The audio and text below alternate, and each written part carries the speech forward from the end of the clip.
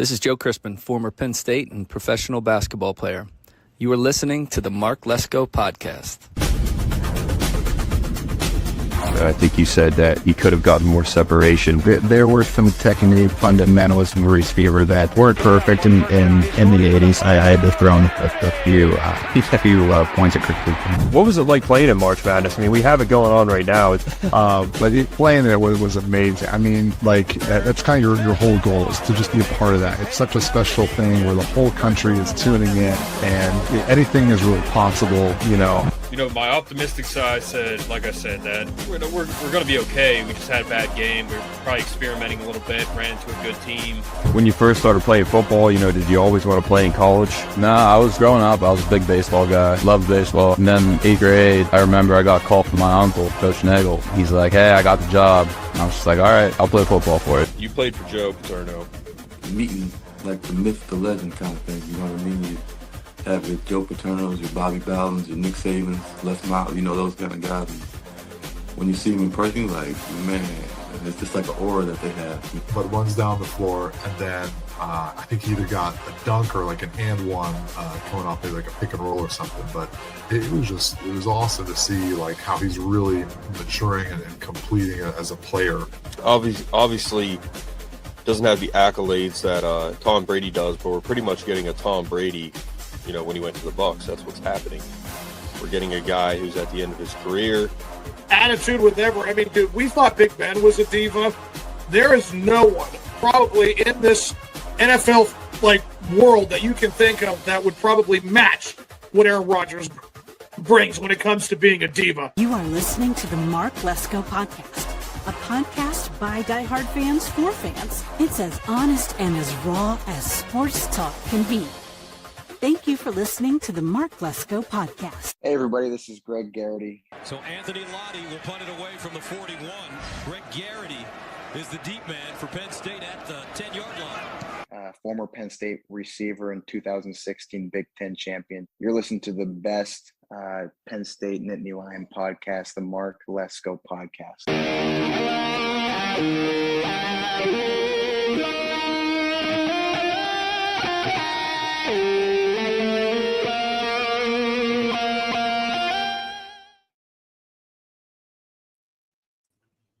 All right, everybody. Welcome back in to another episode of the Mark Lesko Podcast. Joined by Brett Cable once again. Week 1, man. It's here. It's hard to believe. I mean, it's been a long offseason, a long summer.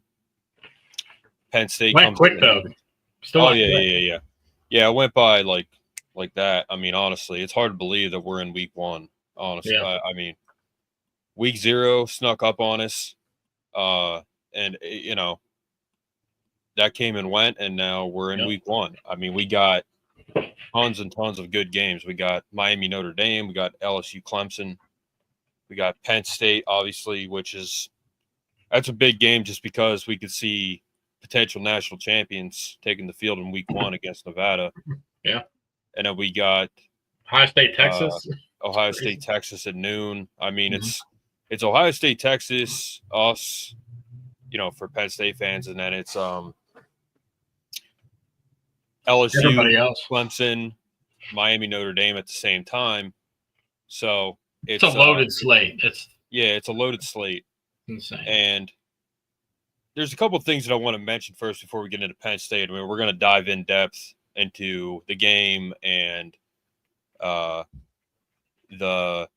matchup and matchups we're looking for and how we think it's going to play out, score prediction, all that.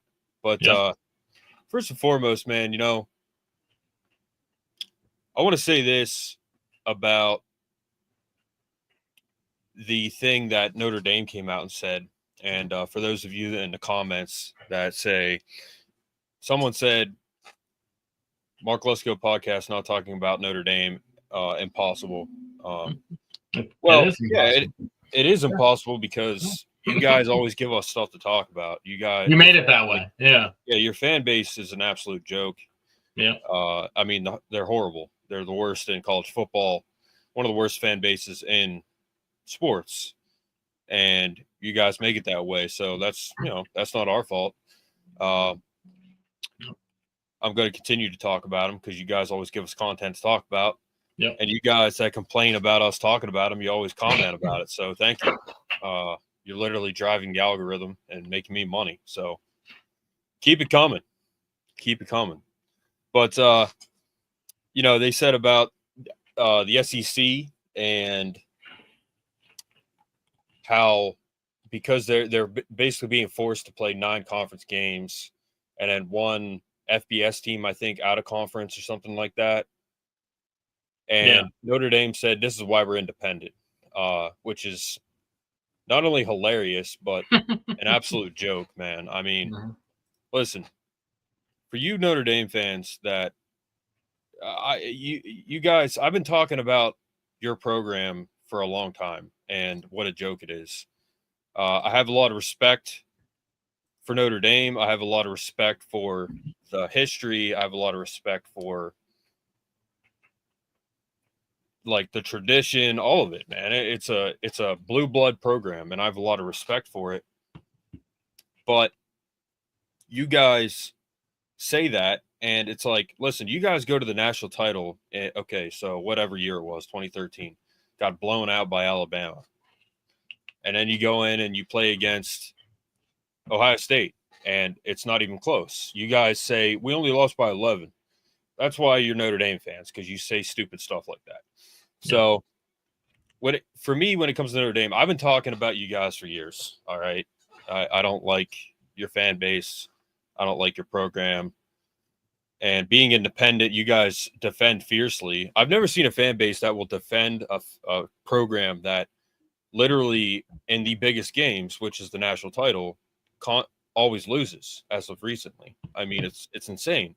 You guys defend it. It's like, be independent if you want, whatever. But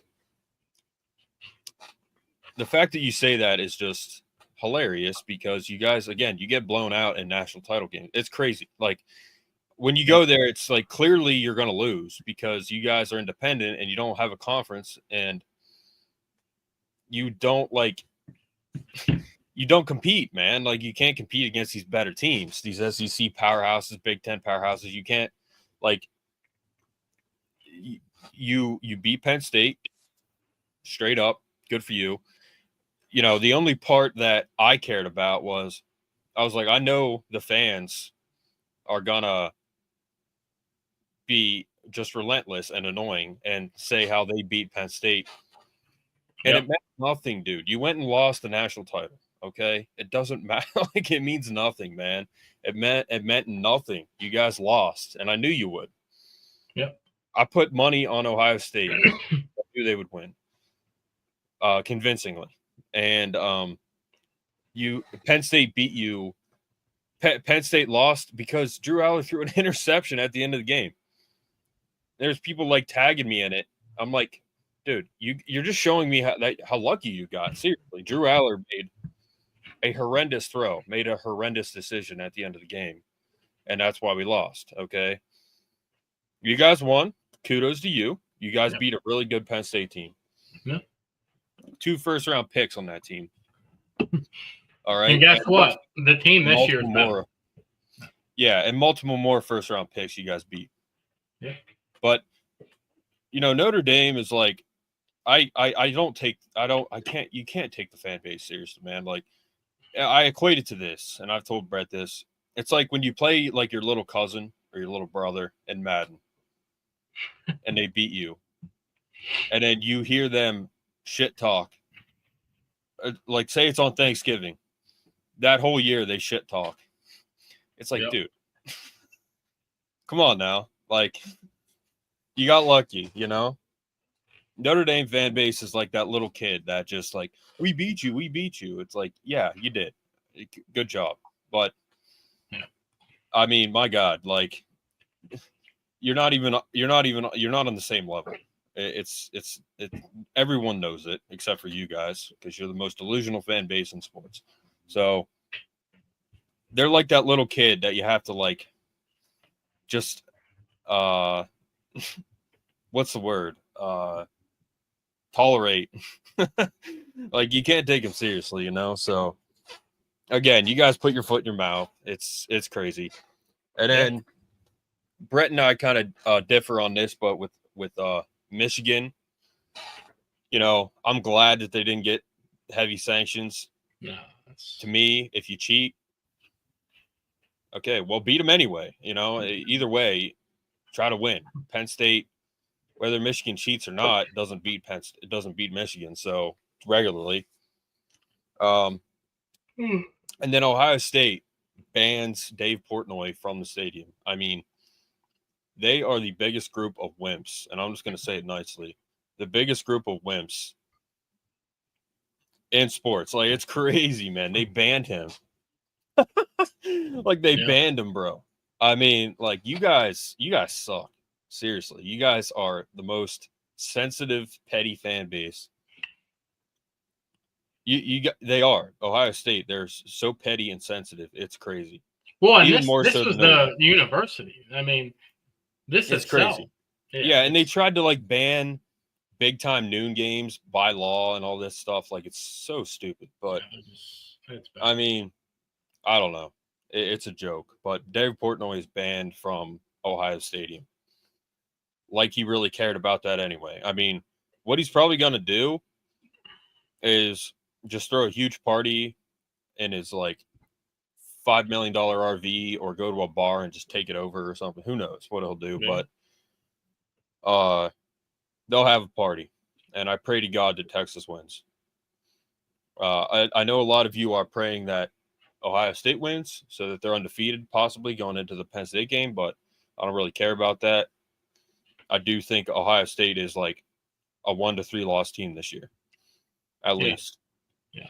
So I hope Texas wins, shuts them up, and then we could be going into that game 1 or 2 loss Ohio State team. I don't really care. Having a blackout, which is really stupid. It looks stupid. It is stupid. Blackout. Okay. Penn State knows a lot.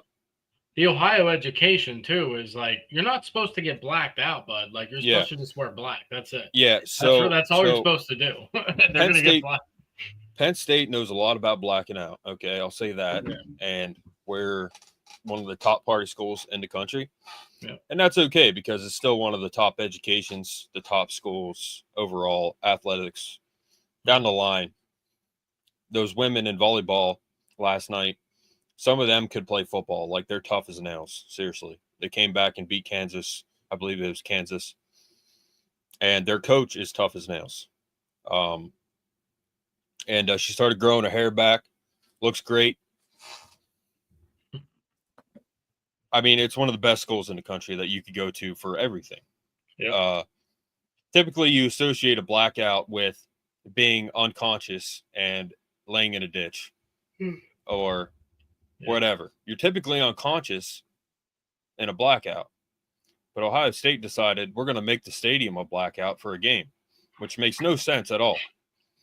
But that's Ohio State. So Ohio State, extremely sensitive and absolute clowns. They clown themselves constantly. It's one man in Ohio Stadium versus 100,000, 200,000, 300,000 people, however many people are there, within the vicinity of the stadium. So absolute joke. But again, it's almost like we know what we're talking about, Brett. Yeah. Most delusional fan bases in sports. Ohio State or Notre Dame is first, Ohio State's second. But I have to make a new graphic because Ohio State is most sensitive, petty fan base in sports. So, and really, that could be an any given Saturday tour. Like, they could switch one week and then go back. They flip flop. They go back and forth. They play the seesaw on the most delusional fan base, and absolutely, they seesaw the heck out of that. So, yeah, absolutely. It's they're like the economy. They always just even themselves out at some point. Yeah. So, absolute clown show is Notre Dame and Ohio State. So, I'll see you guys on TikTok. I'm going to cook you like I always do, and you don't have a shooter's chance of,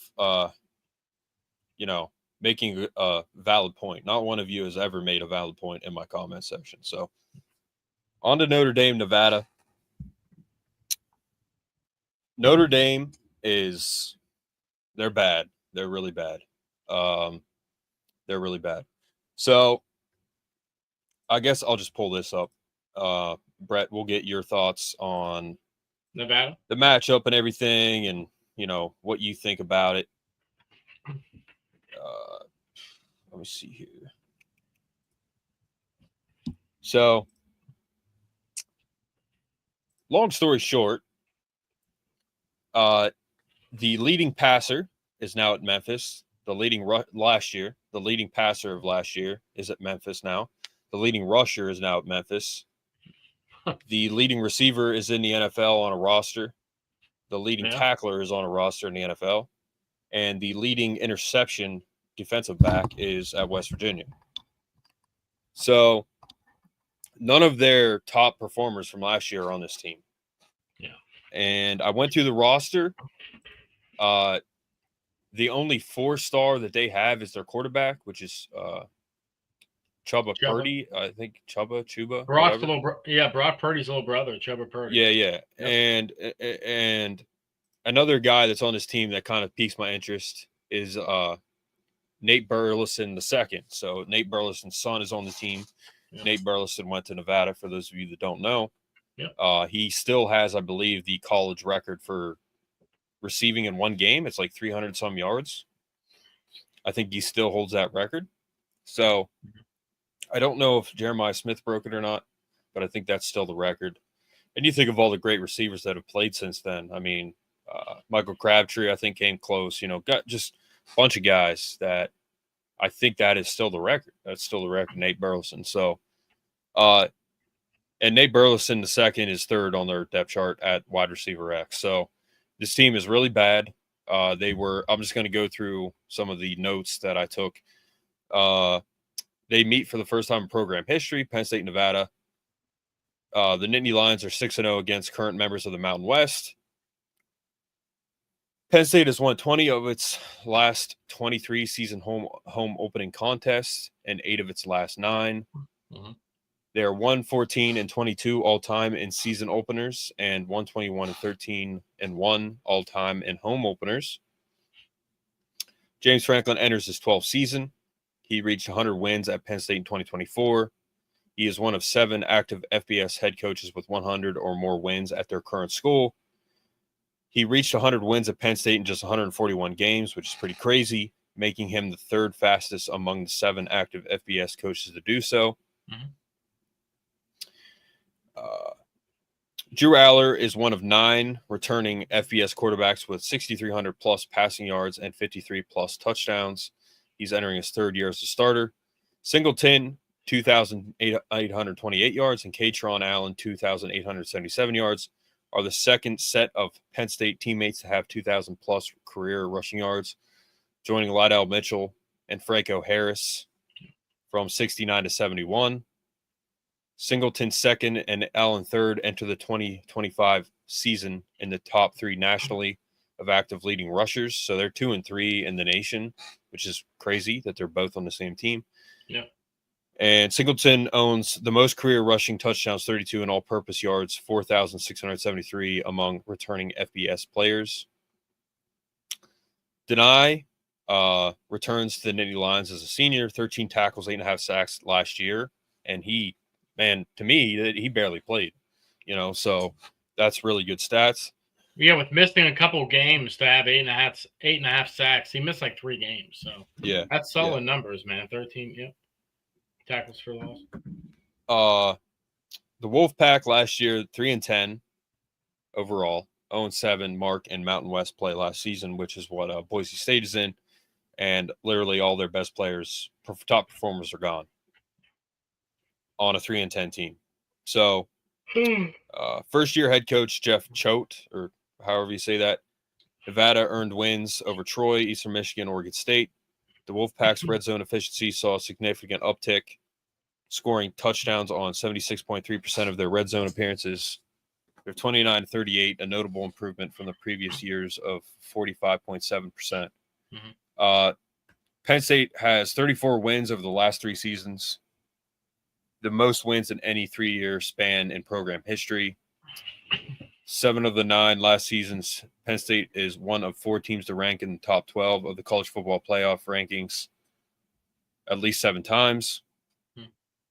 I wanted to say real quick about Nevada. So I watched the pregame conference from the Nevada head coach. He seems like a nice guy. He gave Penn State he was calling Penn State elite. Like he was talking us up. He said, if I told my 16-year-old self I'd be coaching in the same stadium that Joe Paterno coached in, I'd be losing it, right? So like he apparently they got like 50 new guys on the team, like they got transfers too. Yeah. So they've never played together. They have super seniors and true freshmen. And so like you don't know. So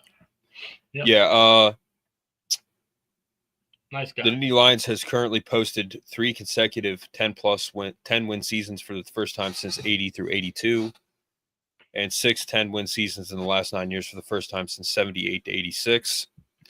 Jim Knowles is our defensive coordinator. He led a defense that ranked first nationally in total defense, scoring defense. Knowles is a 37-year college football veteran, 17 years of experience as a D coordinator. He spent 6 years as a head coach, all at Cornell, and has made defensive coordinator stops at Ohio State, Oklahoma State, Duke, and Western Michigan. Andy Kotelnicki, twice in his entire career, didn't score more than 17 points. And both of those games were against Jim Knowles. And I don't know if the loss last year made it 3, but I believe it was only twice. One was at Oklahoma State. One was at Ohio State, I believe. Yep.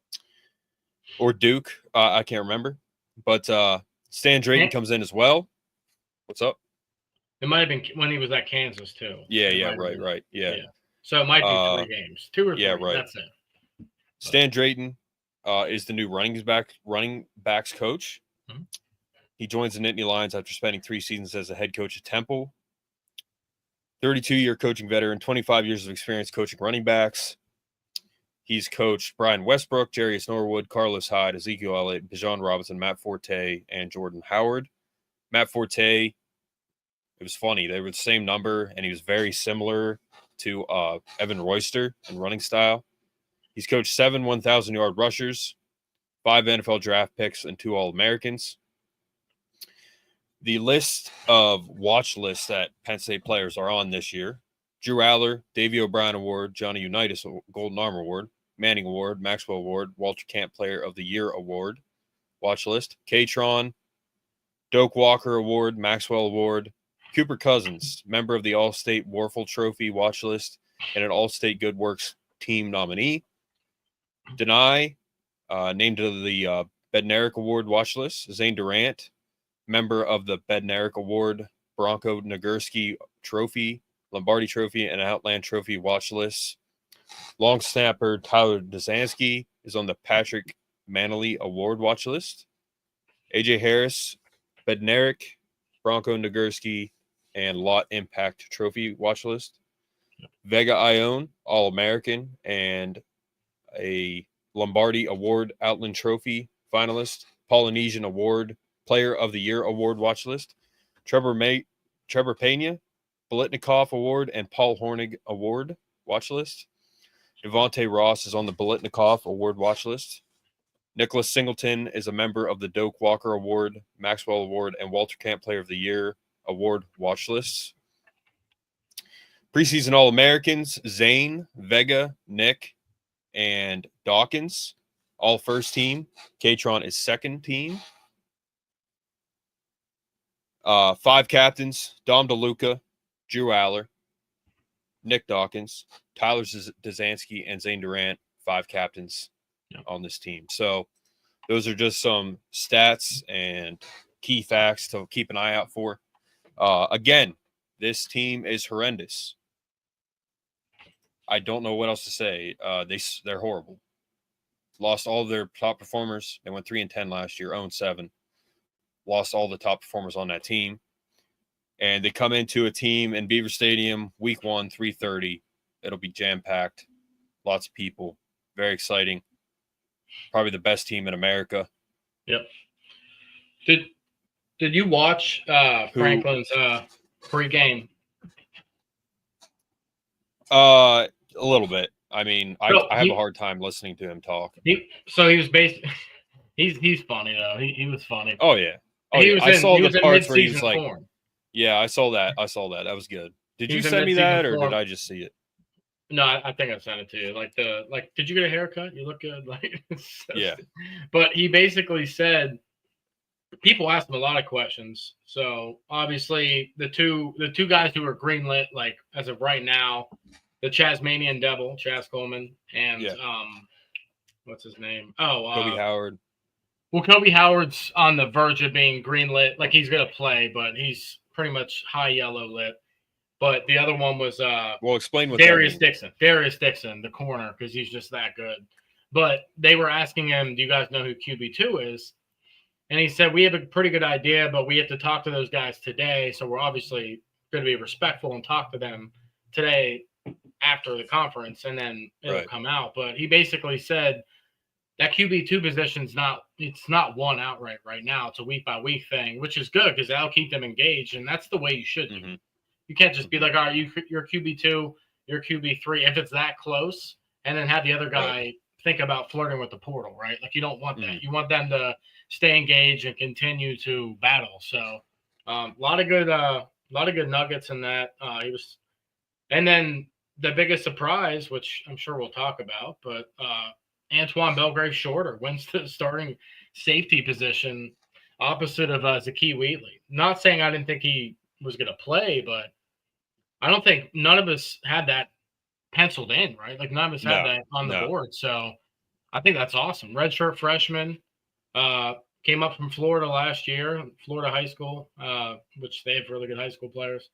He was actually one of our more underrated commits that people were saying this is the diamond in the rough. And he was the turnover king in spring practice, fall camp. So congrats to him, man. That's awesome. Yeah. So young guys here, that could make an impact. Kobe Howard is one of them. Yep.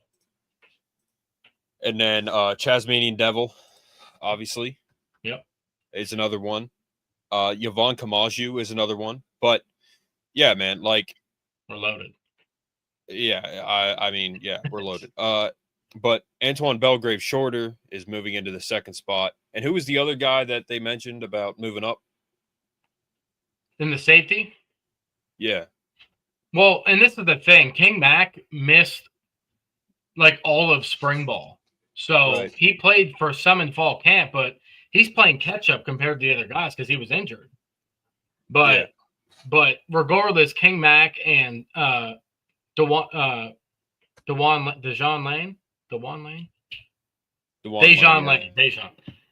Lane and King Mack are both going to play a lot too. But as of right now, Antoine Belgrave Shorter just played so well, they couldn't not give him the credit. You know what I'm saying? So, and that shows how severely underrated Belgrave Shorter was in the game. In the football game, they made him like a 73 or something. You saw that?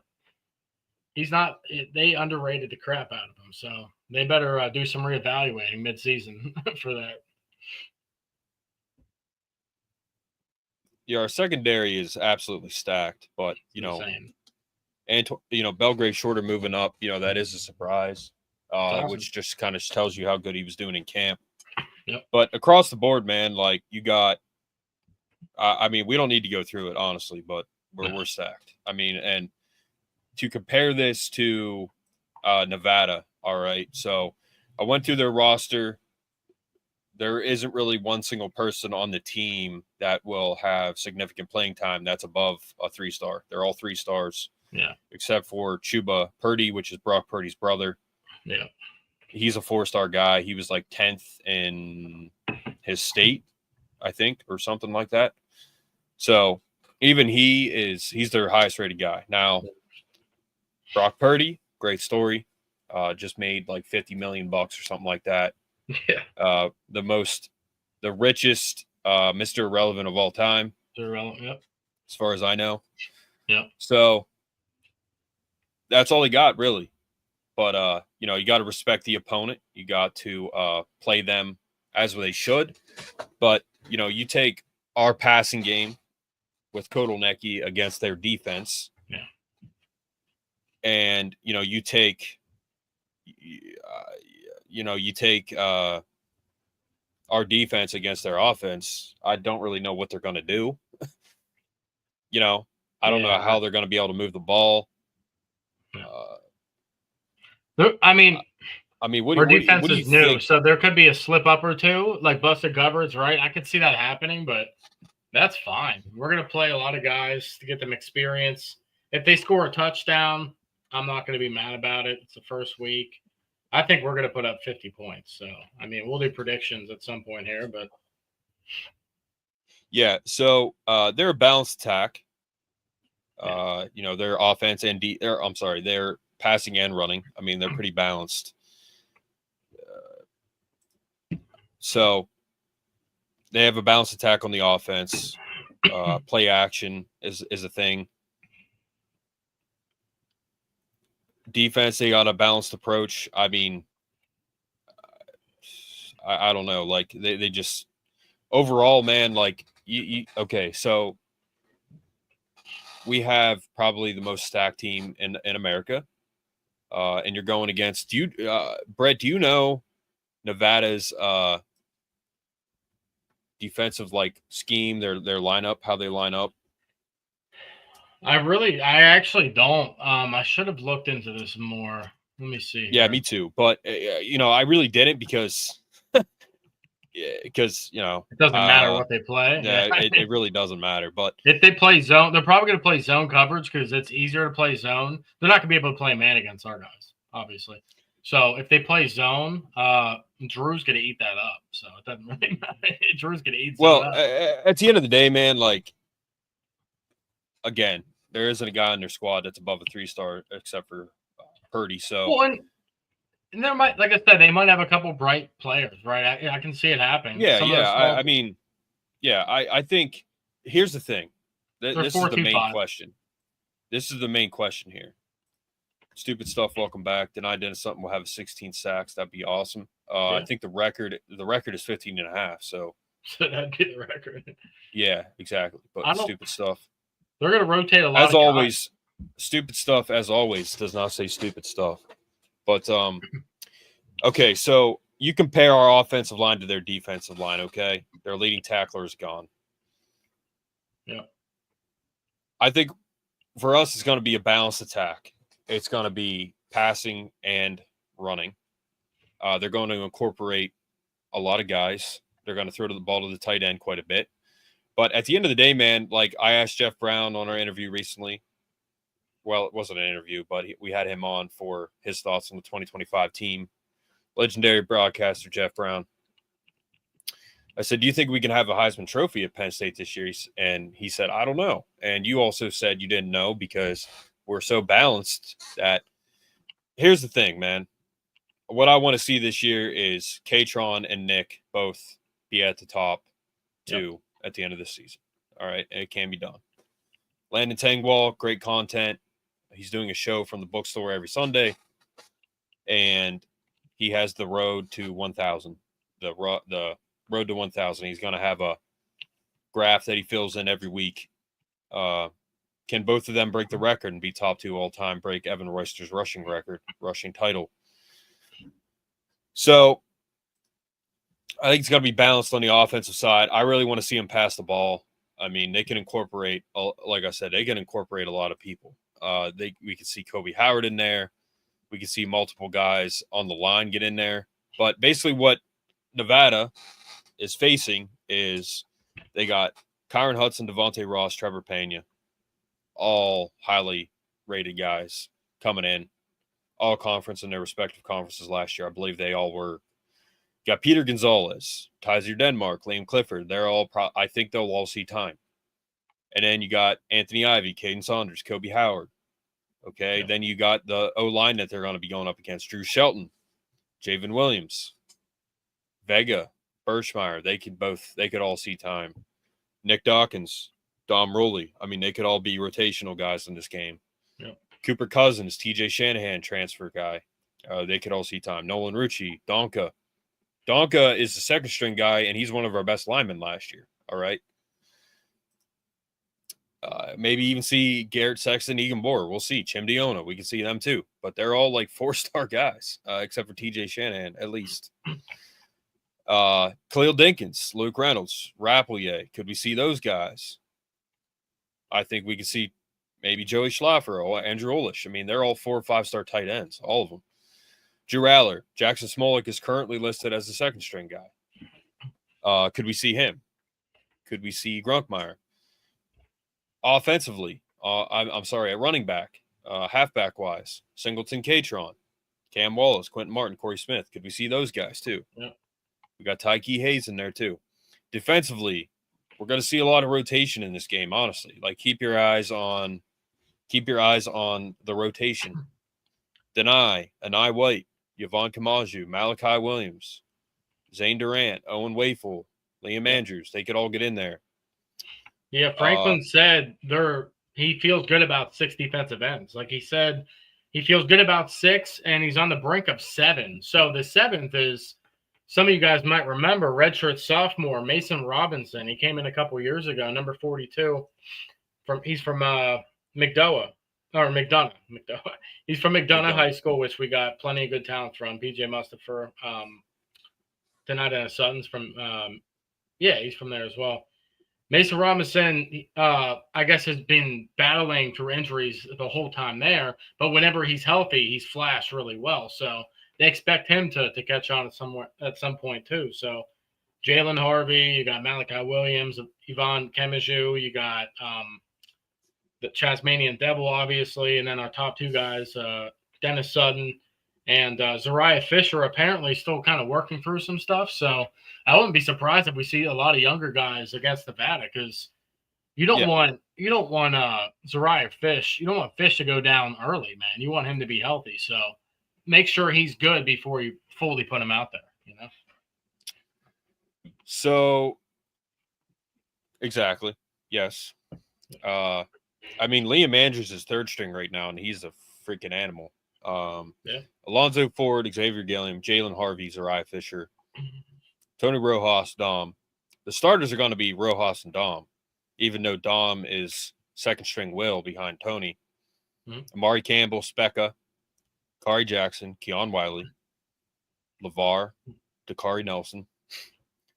And then defensively in the secondary, we got Elliot Washington, Kenny Woosley, DeJuan Lane, Belgrave Shorter, King Mack, Zaki, Vabu Tori, Montpayne, Davian Collins, AJ Harris, Zion Tracy, Colin Dinkins. I mean, we're going to see a lot of guys get in, but what I want to see is, as a fan, I want to see him pass the ball. I want to see stats out the ass. I want to see one guy get 3-4 touchdowns, maybe get him in the Heisman running a little bit. You know what they should do? The first 1 to 3 plays, just chuck it deep, dude. Yeah, throw it down. Yeah. Throw it to Ross or Pena I don't care. I think they can make a statement. You know, the thumbnail is this a statement win? Yeah. What didn't we have last year? Now, at the end of the day, as good as this team is, James Franklin is still the head coach.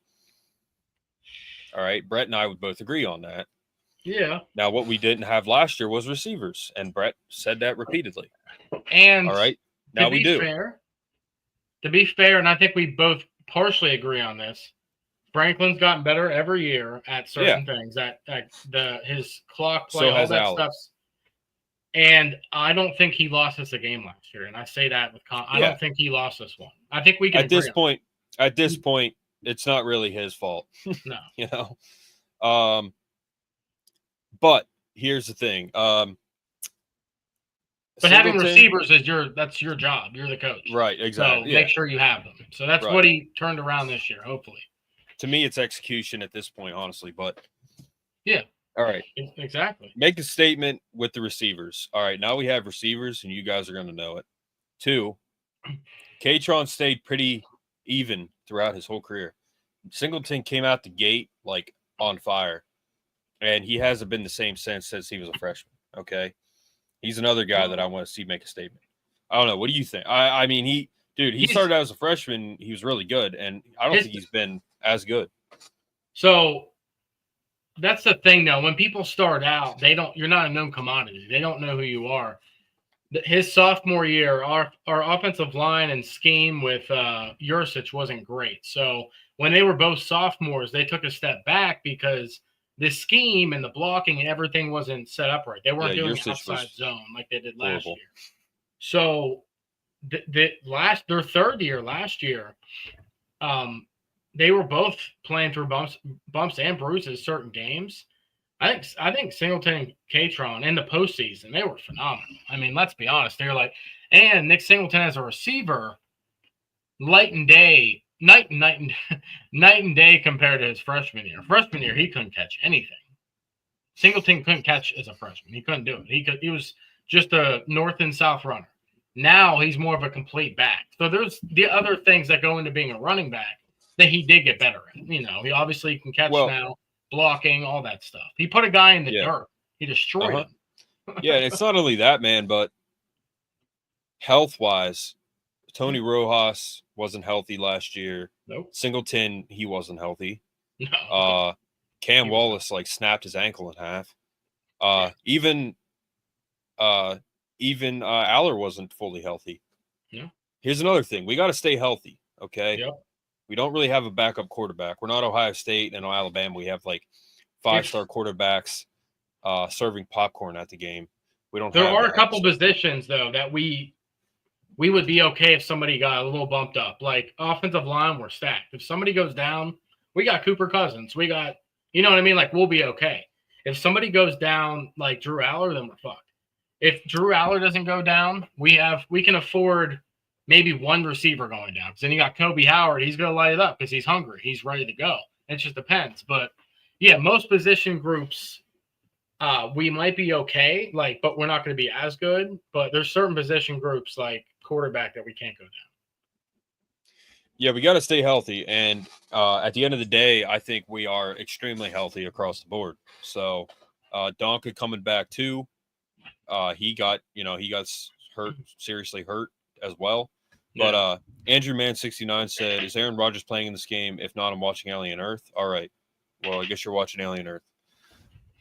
But you're an Aaron Rodgers fan, which is good, I guess. Small, baby.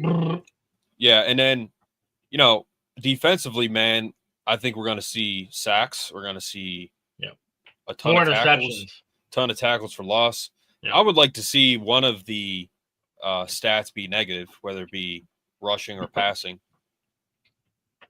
I think keep them under 100 yards in both respects, passing and receiving, or passing and running. Keep them under 100 yards. And I think, do you guys think Kenny Pickett will ever be a starter? Brady might give him some advice. No, I think he's absolutely horrendous as a quarterback.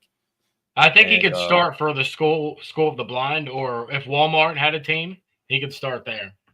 If Walmart, he might be able to play for. He might be able to start for the local beer league, but his hands are small, so I don't know if he could do that either. Because some of those guys, you get some rednecks out of wherever, they got some big hands, man, and they probably work construction, which means they got a strong grip.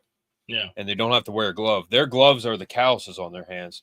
Kenny Pickett, he has more wins than losses. All right, we're not talking about Kenny Pickett, dude. Yeah, this is Penn State. Yeah, I was going to say Zion Tracy. I think he's going to have a killer year. I mean, he killed it last year for some parts, but I think he's going to shine. Yeah, defensively, man. Like I said, I don't know what they're going to do against our defense. Our defense is, and Jim Knowles, bro. Come on now. But at the end of the day, we got to respect our opponent. Okay. Yeah. Bowling Green last year.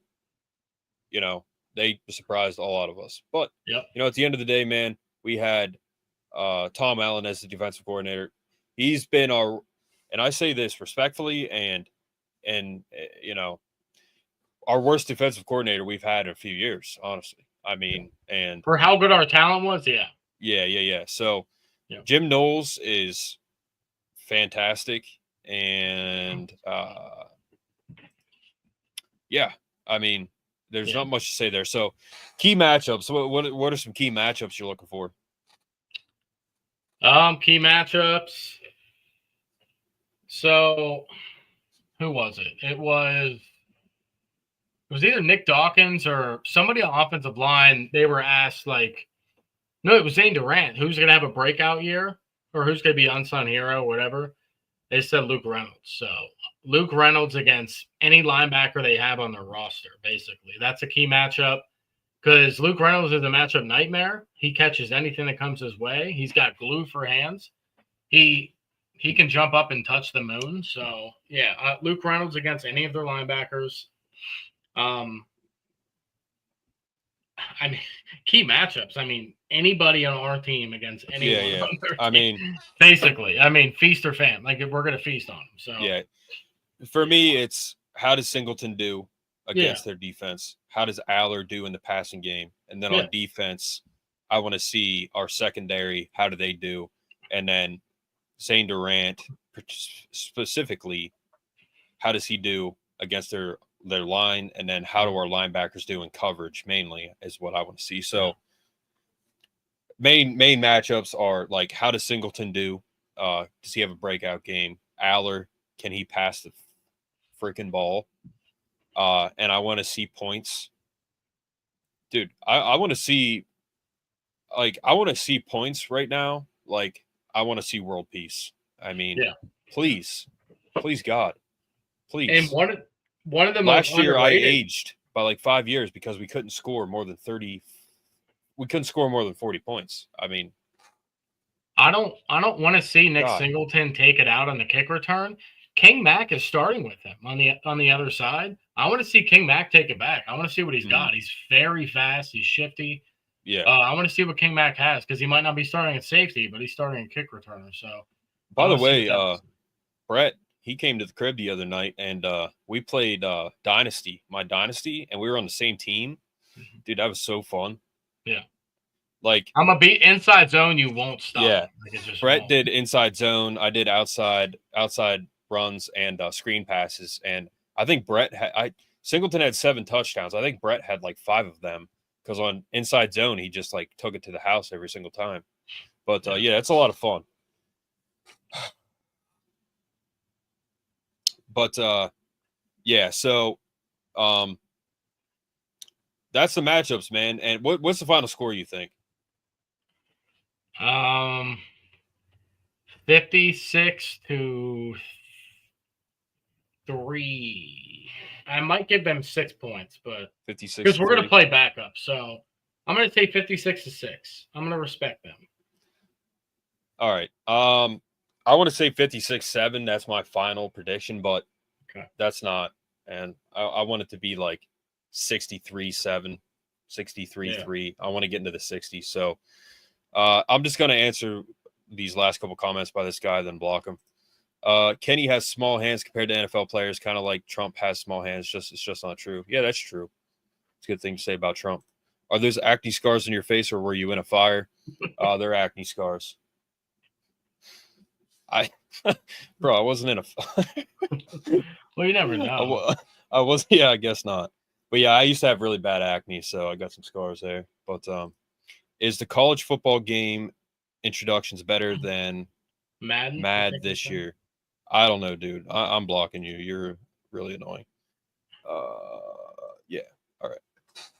He's off. But maybe, I don't know. I mean, he was listening, but he was asking random questions. So yeah, that was weird. But that's the first time anybody's asked me about the acne scars. Yeah, I got some good acne scars there. But yeah. But yeah, man. You know, overall, I think this is just going to be a domination by Penn State, obviously. So I think it's going to be like 63-3 or 63-7.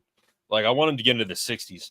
Last year, man, like, the rain delay didn't help. They would have been in the 50s against West Virginia, but the rain delay happened. Yeah. So, you know, I think this year they're going to put up points, and I think they will make statements because they have to. I think they're going to be in the 60s this game. The spread, I guess, is 44.5, which makes sense. someone was asking me the other day, even with, the scrubs in at the end of the game, do you get that spread? And I think yes. So 56 minus 7 is, that's 49. So yeah, I think you get it. And I think it's going to be like 63-3, 63-7. I want 63-0. That's what I want. I think Gronk and Smolik probably both play a quarter, if we're being honest here. We'll see what the first half looks like. But if we're up 40-0 at let's say, or 35-0 at the end of the first half, like, you're going to see Gronk come in the third or Smolik in the third, like vice versa. They're both going to play a whole quarter.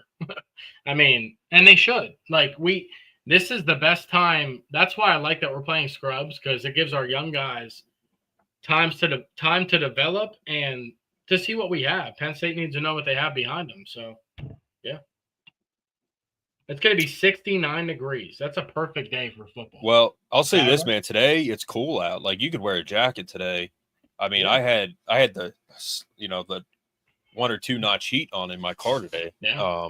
That's how cool it is right now. But yeah, like even at noon in Columbus, it's going to be a little cooler, relative to where we are in the year. But yeah, so it's going to be like nice weather. Overall, dude, I'm just really excited. Yep. And I think we're going to dominate this team. Nevada is not good. And I really, more than anything, I want them to get into the 60s and score. That's what I want to see.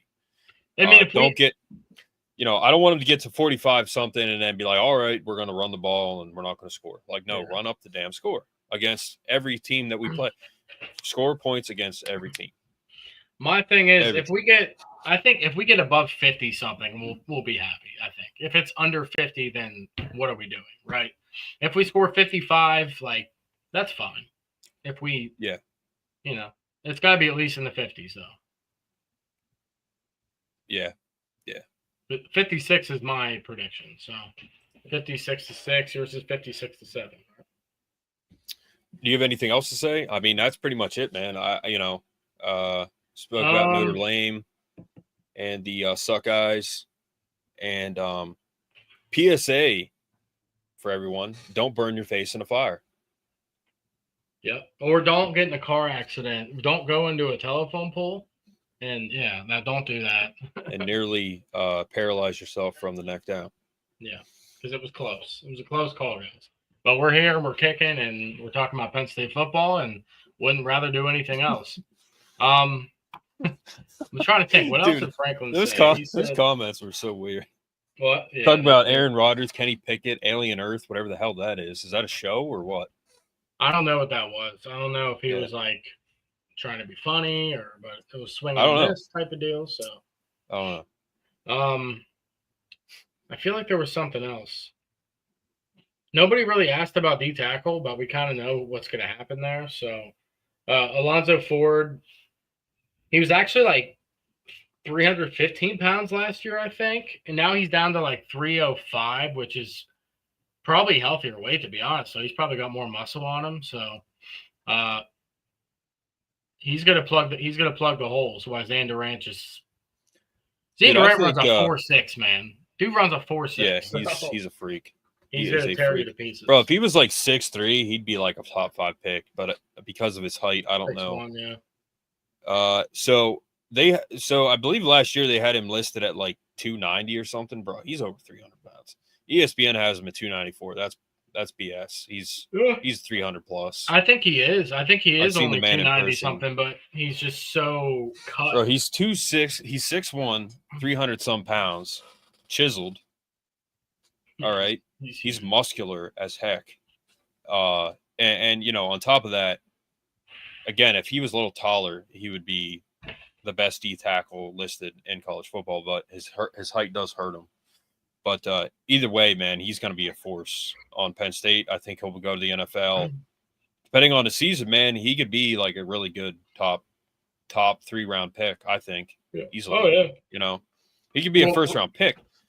Jeff Brown was saying the other day that we could have 8 first-round picks? Is that what he said, that he heard someone say that? We could have 8 first-round picks That's very possible. I mean, we got to see it play out, man.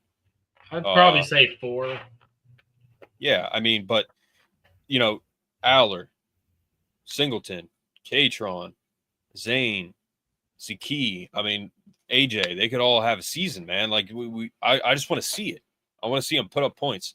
You know how you get respect is you beat the piss out of teams. You put up 60-some points against these inferior teams, and then you go out and you have statement wins against Oregon, Ohio State, Nebraska, Iowa, teams like that. So Landon has UCLA as our sleeper, as our trap game this year. But and that's a very good pick. But at the end of the day, man, let's go out 63-0. Yeah. Have multiple touchdowns for at least one player, maybe get them into the Heisman race. And then let's see multiple sacks, multiple TFLs on the defense. That's what I want to see. So one last thing before I forget. I sent it to you right when we started. This just came out.